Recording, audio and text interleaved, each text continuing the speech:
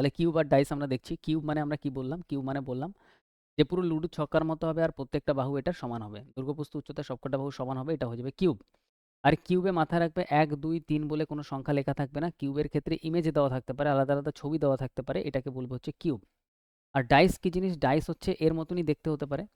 পুরো সেম এর মতনই দেখতে হতে পারে যে প্রত্যেকটা বাহু হচ্ছে এটার সমান। প্রত্যেকটা বাহু এটার সমান হতে পারে। ক্লিয়ার? আর অবশ্যই এটার উপরে ১, ২, ৩ করে নাম্বার লেখা থাকবে।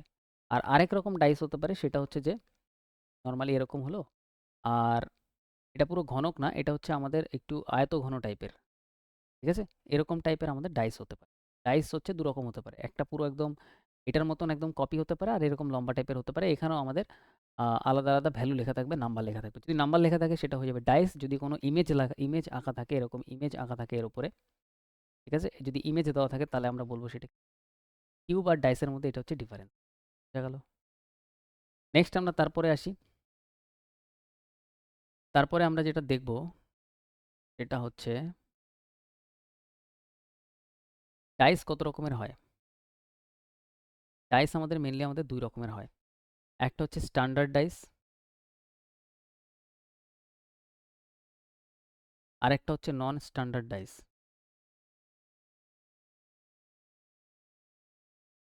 আর নন স্ট্যান্ডার্ড ডাইস আবার ২ রকমের হয়। স্ট্যান্ডার্ড ডাইস হচ্ছে, এটার এক্সাম্পল হচ্ছে লুডোর ছক্কা।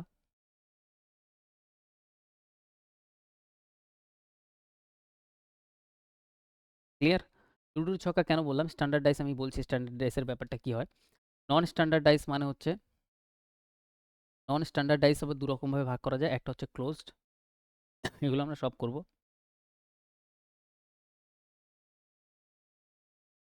আরেকটা হচ্ছে open. Closed dice, open dice. বোঝা গেল? সবকটা জিনিস আমরা শিখবো আস্তে, আস্তে। সবার ১ম এ শিখবো স্ট্যান্ডার্ড ডাইস কি, তারপর শিখবো স্ট্যান্ডার্ড ডাইস কি, ওপেন ডাইস শিখবো আমরা, ক্লোজড ডাইস শিখবো। এই কটা শিখলে আমাদের মোটামুটি ডাইসের চ্যাপ্টার কমপ্লিট। তো এবার আমরা আসি হচ্ছে আমাদের স্ট্যান্ডার্ড ডাইসে। ১০ মিনিটের ক্লাস হবে এটা আজকে। পেশেন্স রাখবে একটু। তো দেখো এবার আমাদের হচ্ছে স্ট্যান্ডার্ড ডাইস। ঠিক আছে?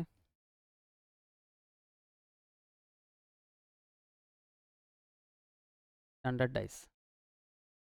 স্ট্যান্ডার্ড ডাইস হচ্ছে লুডোর ছক্কা। আমি কেন বললাম, যদি তোমরা ভালোভাবে লুডোর ছক্কাটার দিকে দেখো,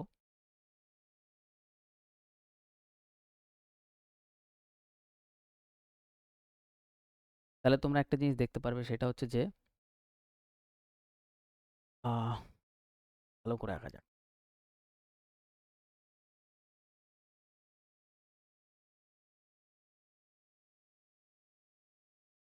তো স্ট্যান্ডার্ড ডাইসের ক্ষেত্রে আমরা সবার আগে দেখি যে এখানে ফেস কটা আছে, তল কটা আছে। তল এখানে কেউ বলতে পারবে এটাতে টোটাল কতগুলো তল আছে? কয়টা তল আছে? তল টোটাল আছে ৬টা। একটা সামনে, একটা পিছনে, একটা বাঁদিক, একটা ডান দিক, একটা উপর, একটা নিচে। কেউ বলতে পারবে এটা সাইড কতগুলো আছে, বাহু কতগুলো আছে এর মধ্যে? সাইডস কতগুলো আছে? এই যে বাহু ১টা, ২, ৩টে, ৪টে, এইভাবে যদি বাহুগুলো গুনো, এদিকে ৪টে, এদিকে ৪টে, ১২টা, একদম টোটাল ১২টা সাইড আছে। মাথায় রাখবে এগুলো। আর যদি আমি আরেকটা কোশ্চেন জিজ্ঞাসা করি যে কর্নার কতগুলো আছে? কেউ বলতে পারবে কর্নার্স কতগুলো আছে? কোণ কতগুলো আছে? এই যে একটা কর্নার, এটা একটা কর্নার, ২টো, ৩টে, ৪টে, ৫টা, ৬টা, ৭টা, ৮টা। টোটাল ৮টা কর্নার থাকবে। এদিকে ৪টে, এদিকে ৪টে, ৮টা টোটাল। একদম টোটাল কর্নার হচ্ছে ৮। এবার আমি যদি এখানে একটা ভ্যালু লিখি, ভ্যালুটা ধরো আমি লিখলাম হচ্ছে ১, ২, ৩। তাহলে মাথায় রাখবে আমরা একটা কর্নার থেকে যদি কখনো ডাইসকে দেখি, তাহলে আমরা ৩টে ফেস একসাথে দেখতে পারি, ৩টের বেশি আমরা দেখতে পারি না। আর এই যে ৩টে ফেস আমরা একসাথে দেখতে পাচ্ছি, এইখানে ১-এর অপোজিটে কোনোদিনই ৩ থাকলে আমরা দেখতে পারতাম না। কারণ ১-এর অপোজিটে যেটা আছে সেটা একদম পিছন দিকে আছে, যেটা আমরা দেখতে পাচ্ছি না। ৩-এর অপোজিটে যেটা আছে সেটা বাঁদিকে আছে, এটা আমরা দেখতে পাচ্ছি না। ২-এর অপোজিট, উপরের অপোজিটে একদম যেটা আছে সেটা নিচে আছে, সেটা আমরা দেখতে পাচ্ছি না। তার মানে ১, ২, ৩ এরা কখনো নিজের অপোজিটে নেই। যে ফেসগুলো আমরা একসাথে দেখতে পারবো সেই ফেসগুলো কখনোই একে অপরের অপোজিটে থাকবে না। লজিক বোঝা গেল? যে ফেসগুলো আমরা একসাথে দেখতে পাচ্ছি সেগুলো একে অপরের অপোজিটে থাকবে না। তাহলে এখানে আছে কি ১, ২, ৩ আছে। তাহলে এর অপোজিটে কি, কি থাকা সম্ভব? ৪, ৫, ৬ থাকা সম্ভব। যেকোনো একটা ৪, ৫, ৬ একটার একটা অপোজিটে থাকা উচিত। কিন্তু ১, ২, ৩ কেউ কারো অপোজিটে থাকতে পারবে না। কারণ একসাথে আমরা এটা দেখতে পাচ্ছি তাই। এটা কিন্তু হেভি ইম্পোর্টেন্ট লজিক, এটা মাথায় রাখবে। ওকে, ক্লিয়ার? এইবার যদি আমরা আসি স্ট্যান্ডার্ড ডাইসের ক্ষেত্রে কি হয়, লুডো ছক্কার ক্ষেত্রে তুমি দেখবে যে উপরের তল আর নিচের তল টোটাল বিপরীত সাইড, অপোজিট সাইডগুলোর যোগফল সবসময় হয় ৭। অপোজিট সাইডের যোগফল সবসময় ৭ হবে। তাহলে স্ট্যান্ডার্ড ডাইস যদি হয়, স্ট্যান্ডার্ড ডাইস আমি কিভাবে বুঝবো? এখানে দেখো, যদি আমি আরেকটা ডাইস আঁকি, আরেকটা ডাইস যদি এর সাইডে আমি আঁকি, এই ধরো আরেকটা ডাইস, এখানে আমি লিখলাম ৩, এখানে ৪, এখানে লিখলাম হচ্ছে আমি ৬। এইখানে দেখো ৪ আর ৩ একসাথে যোগ করে কত হয়ে যাচ্ছে? ৭। আমি যে ফেসটা দেখতে পাচ্ছি আমার চোখের সামনে, সেই ফেসের যদি যোগফল যদি ৭ হয়ে যায় কোনোভাবে, তাহলে এটা আমাদের নন স্ট্যান্ডার্ড ডাইস। বোঝা গেল? স্ট্যান্ডার্ডাইজ না। কিন্তু এই ফেসে দেখো কোনোটারই যোগফল তুমি ৭ পাবে না। ২ আর ১ এর যোগফল ৩, ২ আর ৩ যোগফল কত? ৫, ৩ আর ১ এর যোগফল কত? ৪। কোনোটাই ৭ হবে না। যদি ৭ না হয়, তার মানে এটা একটা স্ট্যান্ডার্ডাইজ। আর যদি যোগফল যদি ৭ হয়ে যায়, তাহলে এটা নন স্ট্যান্ডার্ডাইজ। কারণ আমরা জানি লুডোর ছক্কায় যদি আমরা স্ট্যান্ডার্ডাইজ হিসেবে ভাবি, তাহলে সবসময় বিপরীত অপোজিট সাইডের যোগফল সবসময় আমাদের ৭ হবে। তাহলে স্ট্যান্ডার্ডাইজ যদি আমাদের পরীক্ষায় আসে, তাহলে সিম্পল আমরা লজিক এখানে ডাইরেক্ট বলতে পারি যে ১ এর অপোজিটে আমাদের থাকবে কত? ৬। যোগফল কত? ৭। তারপরে ২ এর অপোজিটে কত থাকবে? ২ এর অপোজিটে থাকবে আমাদের ৫। যোগফল কত হবে? ৭। এটা স্ট্যান্ডার্ডাইজ এর ক্ষেত্রে। আর আরেকটা যদি আমরা দেখি, ৩ এর অপোজিটে কত থাকবে? ৩ এর অপোজিটে থাকবে অলওয়েজ ৪, কারণ যোগফল আমাদের ৭ হবে। স্ট্যান্ডার্ডাইজ লুডো ছক্কার। এই লজিকটা সবার কাছে ক্লিয়ার। বুঝা গেল? তাহলে স্ট্যান্ডার্ডাইজ সবার আগে দেখলাম। স্ট্যান্ডার্ডাইজ একদম ইজি যদি এক্সামে আসে। তার কারণ হচ্ছে একটার অপোজিটে আরেকটা যেটা থাকবে সেটার যোগফল টোটাল কত হয়? সবসময় আমাদের ৭ হয়। এবার যদি আমি এটা দিয়ে একটা কোয়েশ্চেন বানাই, আর কোয়েশ্চেন বানানোর পরে যদি আমি তোমাদের করতে দিই স্ট্যান্ডার্ডাইজ কোয়েশ্চেনটা এরকম যে একটা ডাইস আছে ধরো,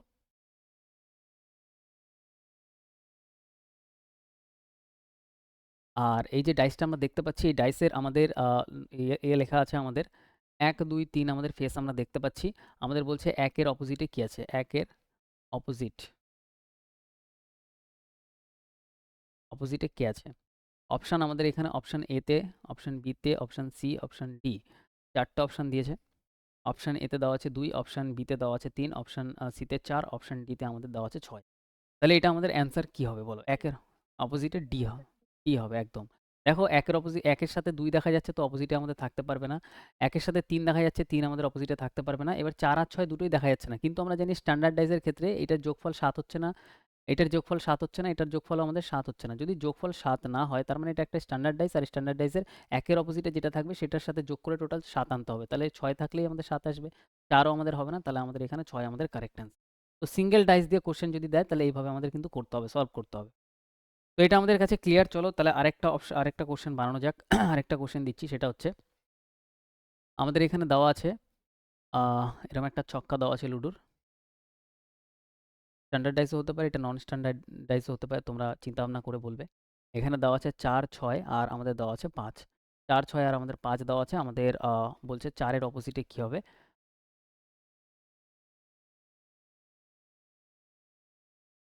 ৪ এর অপোজিটে কি হবে? আর আমাদের এখানে বলছে অপশন এ তে দিচ্ছে ৩, অপশন বি তে দিচ্ছে আমাদের ৬, অপশন সি তে আমাদের এখানে দিচ্ছে ৫, অপশন ডি তে আমাদের দিচ্ছে ১।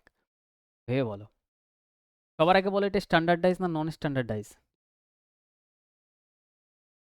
এটা স্ট্যান্ডার্ডাইজ। তার কারণ হচ্ছে দেখো কোনোটাই যোগফল ৭ আসছে না। ৪ আর ৬ যোগফল ৭ আসছে না, ৫ আর ৬ যোগফল ৭ আসছে না, ৪ আর ৫ এর যোগফলও ৭ আসছে না। যদি ৭ না আসে, তাহলে এটা স্ট্যান্ডার্ডাইজ, মানে লুডো ছক্কাই, সিম্পল। এবার আমাদের বলছে ৪ এর অপোজিটে কত? দেখো আমাদের ৪ এর সাথে ৬ দেখতে পাচ্ছি, তো অ্যান্সার হবে না। ৪ এর সাথে ৫ দেখতে পাচ্ছি, হবে না। এবার ৪ এর সাথে ১ যোগ করলে কত হয়ে যাবে? ৫ হয়ে যাবে। তাহলে এটা আমাদের হবে না, আমাদের ৭ বানাতে হবে। তাহলে ৪ এর সাথে ৩ যোগ করলে ৭ হচ্ছে, তো আমাদের ৩ আমাদের কারেক্ট অ্যান্সার, অপশন ডি আমাদের অ্যান্সার হবে না। এইটুকুই লজিক লাগাবে, একদম কারেক্ট অ্যান্সার আসবে পরীক্ষায়। নেক্সট আমরা পরেরটায় আসি, দাঁড়াও ১ সেকেন্ড। স্লাইড।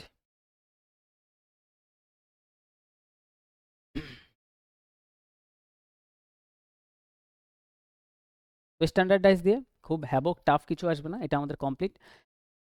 এবার আমরা আসি হচ্ছে আমাদের নেক্সট কোশ্চেন। নেক্সট কোশ্চেন আমাদের এখানে আছে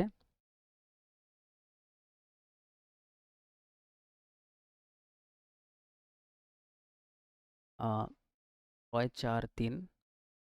৬ এর অপোজিটে কি আছে?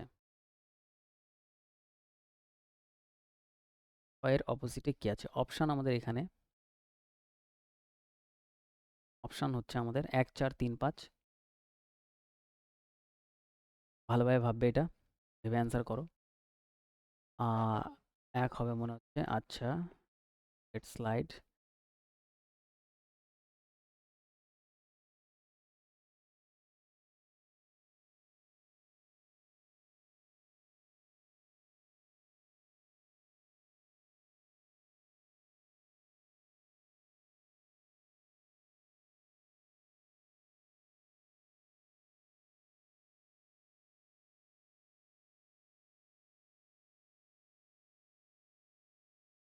আর নেক্সট অপশন হচ্ছে আমাদের 3 5 or 5।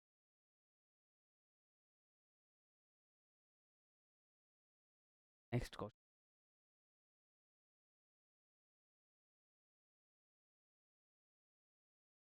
সিএনডি মানে হচ্ছে বার করতে পারবো না, আর হচ্ছে আরেকটা অপশন হচ্ছে নান। একটাই কোশ্চেন দিয়ে চারটে আমি অ্যান্সার বানালাম, আর তোমাদের অ্যান্সার করতে হবে। প্রথমের কোশ্চেন হচ্ছে আমাদের 6 এর অপোজিটে কি আছে। তো ভালোভাবে যদি আমরা দেখি, এখানে 4 আর 3 কত হয়ে যাচ্ছে, যোগ করলে 7 হয়ে যাচ্ছে, তাহলে এটা একটা নন স্ট্যান্ডার্ড ডাইস। আর নন স্ট্যান্ডার্ড ডাইস হলে আমাদের এরকম লজিক লাগবে না যে যোগ করলে 7 আসবে। এবার যদি যোগ করলে 7 না আসে, এবার আমাদের কি হবে? আমাদের জিজ্ঞাসা করছে 6 এর অপোজিটে কি আছে। 6 এর অপোজিটে কিছু এখানে ক্লকওয়াইজ অ্যান্টি ক্লকওয়াইজ ঘোরাতেই পারবে না, তার কারণ হচ্ছে এখানে তো একটাই ডাইস। হ্যাঁ, ওটা ডবল ডাইস থাকলে হবে। ওকে, তাহলে সিঙ্গেল ডাইসে কীভাবে হবে দেখো। 6 এর অপোজিটে 1 2 3 4 5 এই কটা থাকতে পারে। এবার 6 এর অপোজিটে 4 আর 3 থাকবে না, তার কারণ একসাথে আমরা দেখতে পাচ্ছি, তাহলে 4 কাটো 3 কাটো। এবার বাকি থাকলো আমাদের 1 2 5। বাকি থাকলো আমাদের কত? 1 2 আর 5। এবার অপশানে যদি আমি দেখি, অপশানে আমাদের 1 দেওয়া আছে, অপশানে আমাদের 5 দেওয়া আছে। 6 এর অপোজিটে আমাদের অপশানে কি দেওয়া আছে? অপশানে আমাদের 1 দেওয়া আছে আর 5 দেওয়া আছে। তো এইবার কিভাবে করবে বলো, এখানে কি লজিক লাগাবো? অপশান তো দুটোই আছে, 1 ও 5 দুটোই আছে।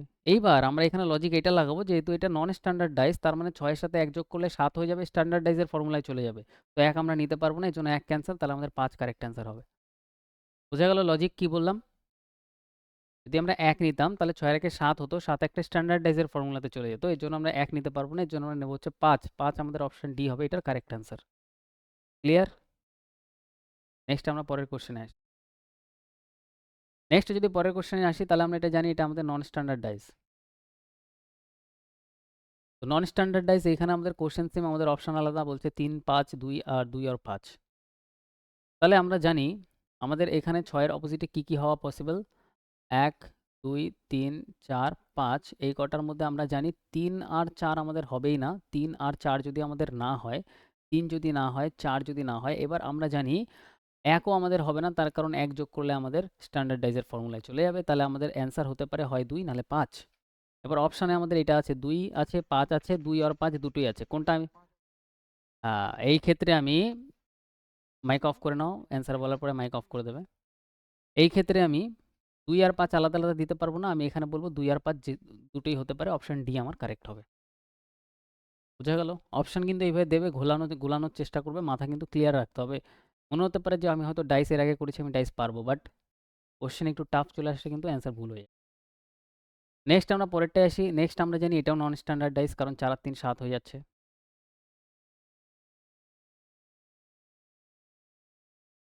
এইবার এখানে আমাদের কোশ্চেনের অপশন আলাদা, এখানে 2 5 সিএনডি আর নান দেওয়া আছে। নান মানে কোনোটাই ন, আর সিএনডি মানে আমরা বার করতে পারবো না। এবার যদি আমরা দেখি যে 6 এর অপোজিটে আমি একটু আগে যদি আমি দেখাই, 2 আর 5 দুটোই পসিবল ছিল। 2 ও পসিবল ছিল, 5 ও পসিবল ছিল।